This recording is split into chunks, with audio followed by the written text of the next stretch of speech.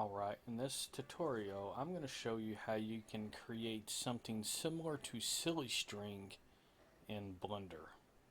And this will be using the Molecular Script Plus add-on, which is fairly new. It's only been around for a little over a month or so, I believe.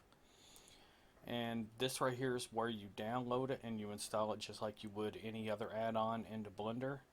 And just be mindful which version of Blender you have. This is obviously typo. This is supposed to be 2.93. Make sure you get the correct version for your copy of Blender. I will put a link to this in the description of the video. Let's go ahead and get started. I am using Blender 2.92 for this example, although it should be exactly the same in pretty much all versions of Blender except for 2.79 and older. Of course, 2.79 and older, really 2.91 and older, won't be able to use this particular add-on. There is a molecular script add-on which is very similar to this add-on, but it's a little bit different, and this one is, in my opinion, it's way better than the original. The Molecular Plus is way better than the Molecular Script add-on, even though they're essentially the same. They're laid out differently, but this one, the Molecular Plus, is more efficient in terms of how well it uses computer resources. Alright, let's go ahead and get started. I'm going to go ahead and get rid of this cube because I don't need it. And you feel free to follow along or just listen. Mostly I'm just going to explain what I'm doing and how that correlates to how it changes the how that affects the simulation in Molecular Script. And again, I will be creating something similar to Silly String. Alright, I'm going to add a floor by using a plane. I'll scale it up 20 times just to make it big, and then press Ctrl A to apply the scale. Alright, now I'm going to front side view by pressing 1, and I'm going to go ahead and rename this to floor just so I can keep it straight in my head. And let me move this microphone up a little bit so I don't bump it with my hand. Alright, now I'm going to add another plane, add mesh and plane, and then I'm just going to grab it to about and drag it to about right there, and then rotate it like this. Now the idea is I'm going to have what looks like Silly String, or actually let me rephrase that. It's going to be particles coming out of this emitter going this way, but they're going to be kind of glued together like Silly String. Alright. Now I'm going to go ahead and name this one emitter. I can't type today for some reason. It doesn't matter if it's spelled right. Alright, and now we need one more thing. We need an instancing object. Now the instancing object is obviously the particle that's going to be generated. It's going to be the mesh that's duplicated to make these particles. Alright, so I'm just going to use an icosphere. And we actually do not need to see this object, so we can just grab it and move it below the floor, right? So it's hidden. We're not going to see it anyway except the instanced versions of it. Alright, now before I go any further, I'm going to press File, and I'm going to save this. And this is important that we save at this point. I'm just going to call it Toot. And the reason why we need to save it at this point is because we need to generate cache files or cache files that represent the particles that are coming out. And if we don't save it, the cache files are only saved in system memory instead of on the hard disk, which means if we close the program, we will lose anything that we've done so far. Alright. So I'm going to go back to this emitter, and we need to turn this into an emitter. So if we press N on the keyboard, it brings this out, and right here, if you have installed the Molecular Plus add-on, you will see this tab right here. If we click this, then we have options right here. Now, since we are trying to create, we are using a plane and just shooting particles out, all we need to do is just click emitter. Alright, and this is pretty much all the settings we need to change on this panel. We may need to turn this up later, the number of sub-steps, but probably not. Alright, now we need to go to the particle system. This is where the bulk of the particles settings are at. Now, first thing, go to cache and check disk cache. This way it saves the cache files to the disk. Alright, go to velocity. And right now I'm just going to leave everything alone, but I do want to open that panel because we will be changing it later.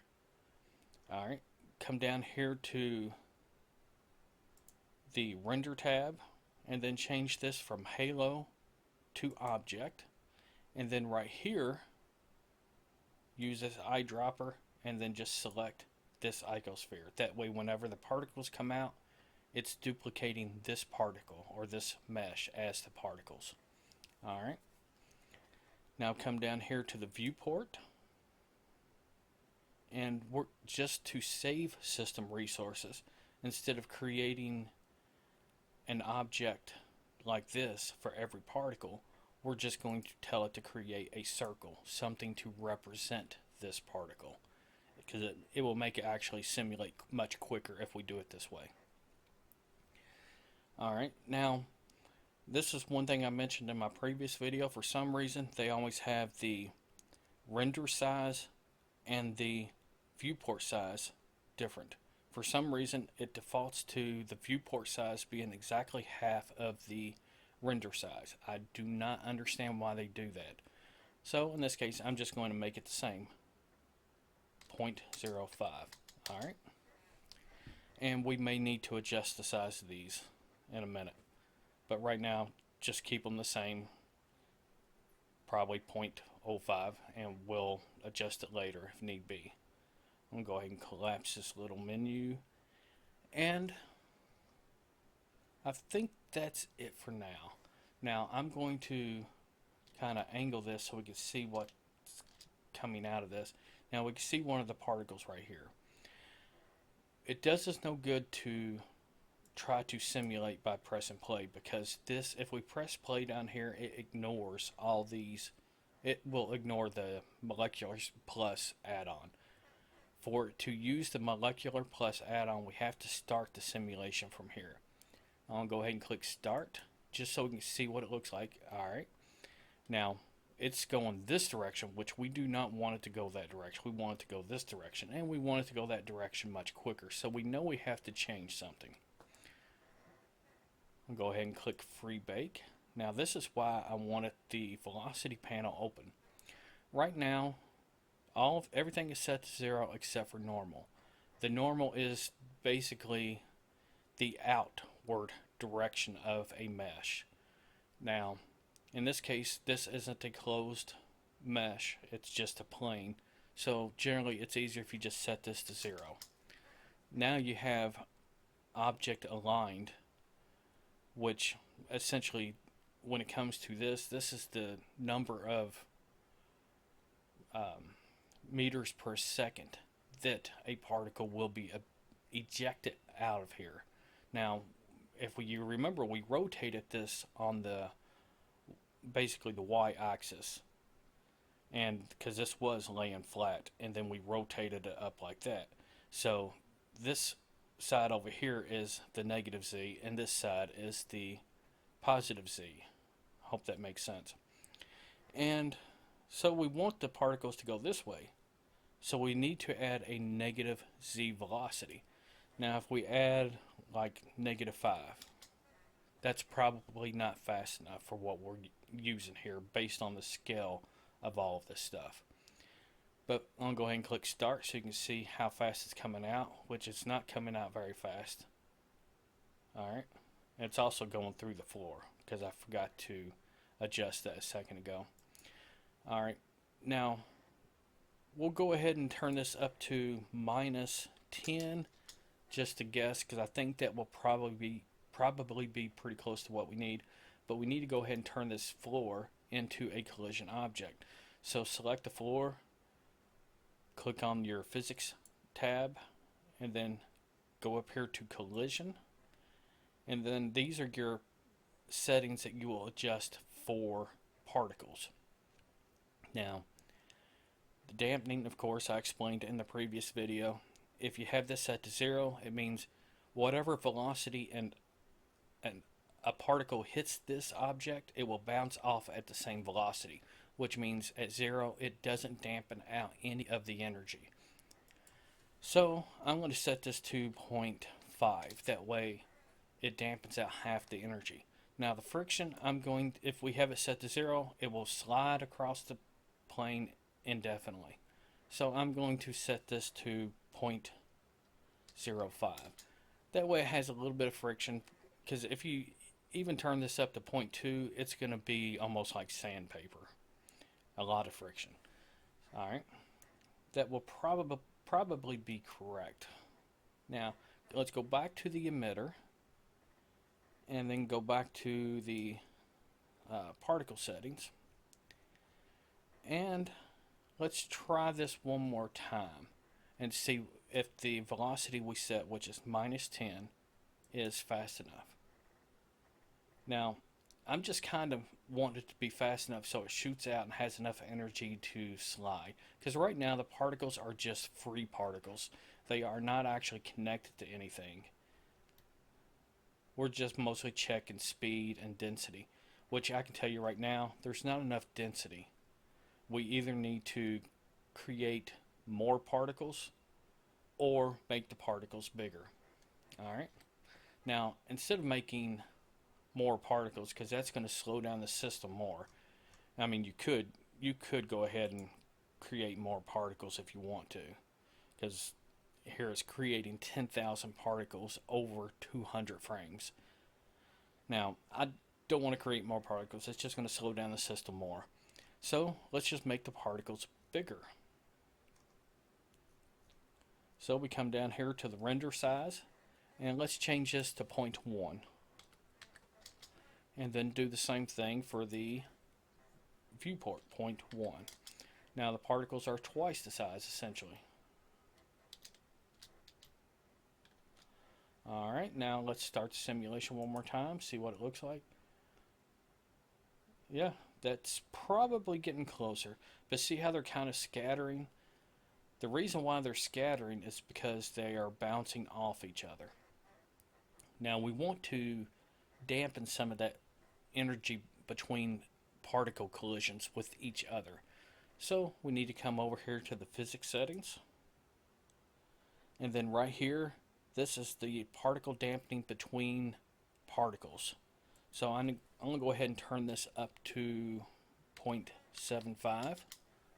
Alright, now since we are getting pretty close to where we need to be in terms of the density and velocity, let's go ahead and tell these particles to link to each other so that they're kind of coming out as a string.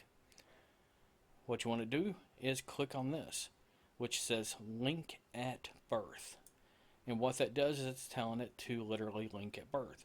Now we need to adjust this number, which is the search distance, and I explained this in the previous video how this works, but essentially it's just each particle is looking out whatever, like if this number is set to, like right now it's set to 2.1, it's looking out 2.1 diameters away from it for a particle to link to at birth. Alright, now in this case, because the particles are not arranged in a grid, they're just coming out kind of random like, we actually need to turn this up, because if it normally 3.5 is the ideal setting, but because it's not coming out in the grid, it's coming out disorganized, kind of random, we need to turn this up to probably about 5, I would imagine. Now we can still keep this at 16 links maximum, which in my opinion, is pretty much ideal in almost all cases. And then down here you have your broken settings, which is how far can a link stretch in terms of diameters before it breaks. So right now it's set to 0.5, so it can essentially stretch half the diameter of one of these particles before that link breaks. Now we're going to keep that set at 0.5 for now, and let's go ahead and try this out. I'm going to click Free Bake and then click Start Simulation. Now they are coming out somewhat linked together, but the density is still kind of not very dense. So even though it's coming out kind of linked, it's actually not doing too bad. But I still want to make it a little bit of a change to this, and this change is pretty much very simple. Instead of fiddling with these to make it different, to make it the way I want it, I'm just going to adjust the size of this so that it's creating a narrower column of particles. So I'm just going to press S for scale and then 0.75, enter, and then Control A to apply the scale. That's important. Every time you change the size of an object that's a physics object, you need to go ahead and press Control A, and then apply the scale. It will do funny things sometimes if you don't do that. And you can always tell whether the scale is applied by looking here. If the scale is applied, these will all read 1. If the scale isn't applied, these will have other numbers besides 1. Simple enough. Alright, now let's see what this looks like. Go to Free Bake and then press, before I click Start Simulation, I'm going to go ahead and press File, Save, since we're getting it close to how we want it, and click Start Simulation. Now this is coming out a little bit more dense, and it's held together quite a bit better in my opinion.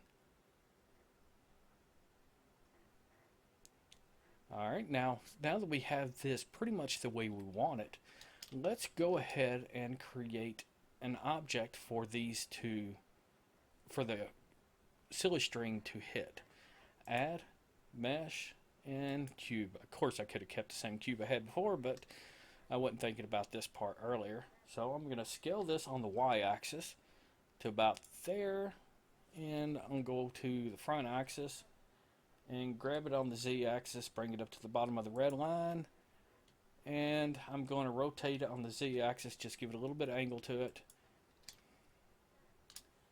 And let me see, grab, we'll bring it over here, rotate, I'm actually going to rotate it this direction, probably bring it up here, and then I'm going to go ahead and turn this into a collision object. Go to collision, and I'm going to give it the same settings I have for the floor, which is 0.5 on the dampening and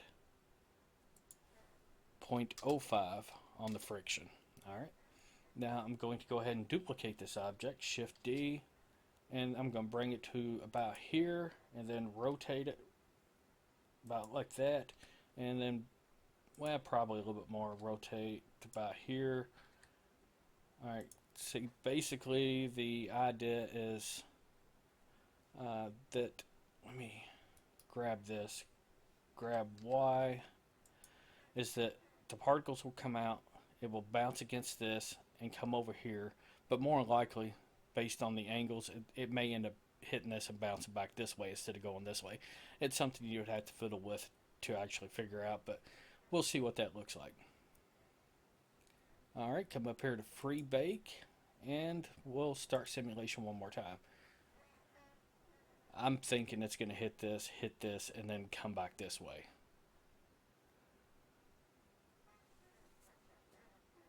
But this isn't really for a specific thing, just, you know, kind of a teaching thing to show you the settings essentially. And also, if you have any questions, that I'm not explaining very well after the fact, go ahead and leave a comment, and I will do my best to try to answer your questions. And I've had a lot of coffee this morning, so yeah. All right, that's actually doing pretty good. I think that the pattern on that actually looks kind of interesting. And of course, being that we're only using 10,000 particles, it's simulating pretty quick. Matter of fact, I have overclocking on my CPU turned off, so it can only max out at its base frequency.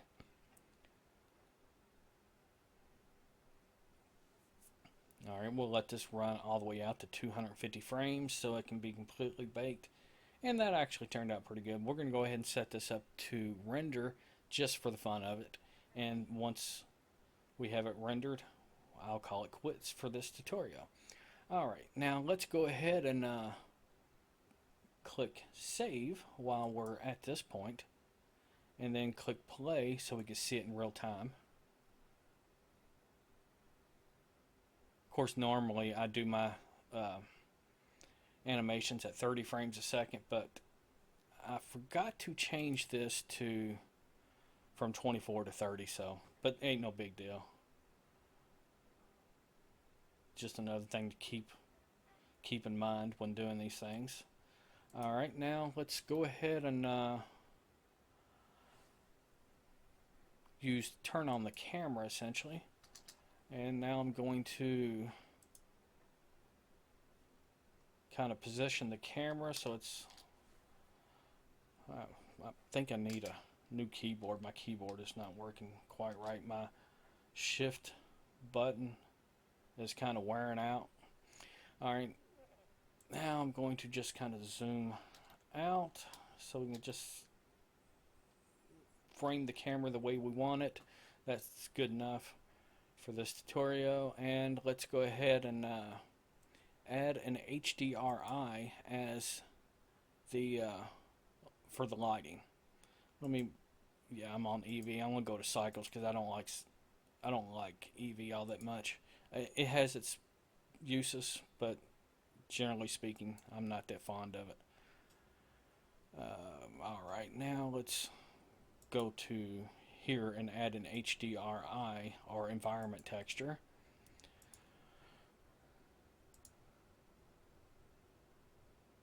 Where are you at? Here's one I generally use for a lot of mine because it's very simple. But add whatever HDRI texture you like. Go to HDRI Haven. If you don't have any HDRIs, you can download a bunch of them for free, and they're really good HDRIs. Alright, I'm going to go ahead and set this to 1. Now this light, I'm going to go ahead and get rid of it because we don't need it. And one more thing, this particle right here, the material we make this is the material of the individual particles. So in this case, I'm just going to give this a new material and make it kind of a greenish color, kind of like silly string. Alright, now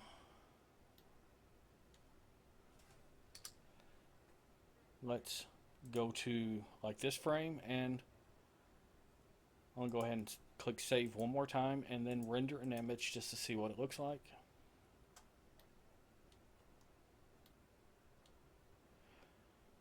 Not that bad. Let me go ahead and add some materials to this stuff so it actually looks better. Now, one of the add-ons that I would recommend, that this is a paid add-on, and it's a little bit difficult to get set up unless you actually read the instructions. Of course, me knowing that I'm kind of a goober, I didn't read the instructions on this extreme PBR whenever I went ahead and set it up, and I had all kinds of trouble until I actually read the instructions. So if you ever buy this add-on, make sure you pay attention to the instructions. Pay close attention to the instructions because all the information is in there. Don't try to figure it out on your own in terms of how to install it, because you likely will not be able to. But then again, I'm a goober, so yeah. I'm just going to give this I'm going to give it a metal texture. Now there's a whole lot of actual image textures and PBR textures and stuff that's in here, and I use it just because it's so much simpler than trying to create the stuff yourself. And once you create it, or once you use one of their textures, you can then edit it the way you want. Alright, now I'm just going to use metal. It's probably not the right one. I want I want one of the painted ones. That's alright.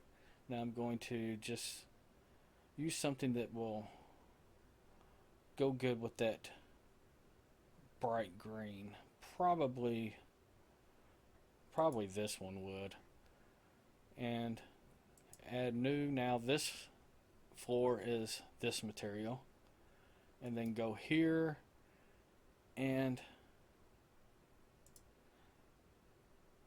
let's see. We'll make this some kind of concrete type material. Go with this dark color concrete. Add new. Same way with this one. Add new. Now when we render it this time, it will look significantly different because of the materials. I kind of like that add-on a whole lot. It's a paid add-on, but it's my favorite paid add-on that I've had, and yeah, I recommend it. Even though, but keep in mind, I don't have any what do they call that, coupon codes or whatever for it, because I'm just a user of the add-on. So yeah, but anyway, I think that's all we're going to do at this point. And if you have any questions in regards to, well, let me do one more thing. I forgot to do this now, because if we go back here, see how the emitter is showing. Generally speaking, I don't want the emitter to show. If you want to hide that emitter, all you have to do is just select this emitter, go over to the particle system,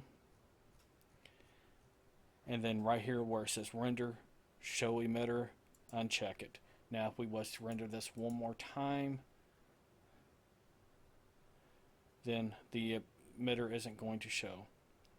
Alright, now I'm going to go ahead and render these out, and then I guess that's it. Later, people.